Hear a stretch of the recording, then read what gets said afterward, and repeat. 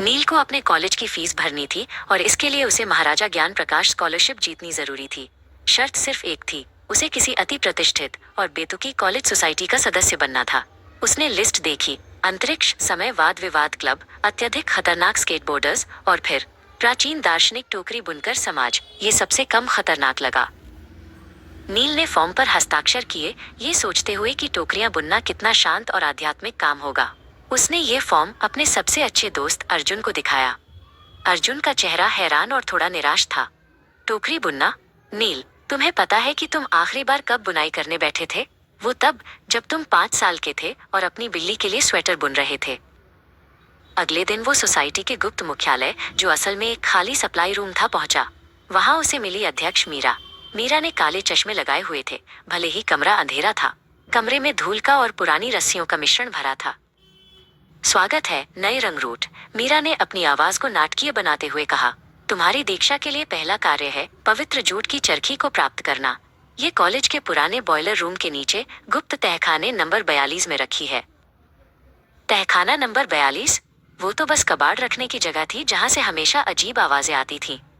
नील ने तुरंत अर्जुन को मदद के लिए बुलाया। अर्जुन ने कहा, भाई, उस तहखाने में जाने से बेहतर है कि हम खुद ही जूट की एक नई चरखी खरीद लें और उसे पवित्र घोषित कर दें। वे धीरे धीरे नीचे उतरे। तहखाने में बिजली नहीं थी, सिर्फ एक पुरानी सी टॉर्च की रोशनी थी। हर कोने में टूटी कुर्सियां और धूल के गुच्छे थे। अर्जुन ने टॉर्च की रोशनी एक कोने में डाली। ये पवित्र जगह है, अर्जुन फुसफुसाया। मुझे लगता है कि यहाँ कोई पुरानी आत्मा अपने स्वेटर की बुनाई पूरी कर रही है। आखिरकार 1 घंटे की धूल मिट्टी की खुदाई के बाद उन्हें एक छोटा सा लकड़ी का बक्सा मिला। उसके ऊपर हाथ से लिखा था, पवित्र जूट की चरखी। नील ने उसे खोला। अंदर एक छोटी इस्तेमाल की हुई ऊनी चरखी थी, जिस पर किसी ने दत्तू अंकल का नाम लिखा हुआ मिटा दिया था। जैसे ही नील ने चरखी उठाई, एक बड़ी भूरी 8 पैर वाली आकृति सीलिंग से नीचे आई, एक बहुत बड़ी मकड़ी। नील चीखा और अनजाने में चरखी को हवा में उछाल दिया, जो दीवार से टकराकर वापस गिरी। अर्जुन चीखते हुए अपने चेहरे को ढककर भागने लगा।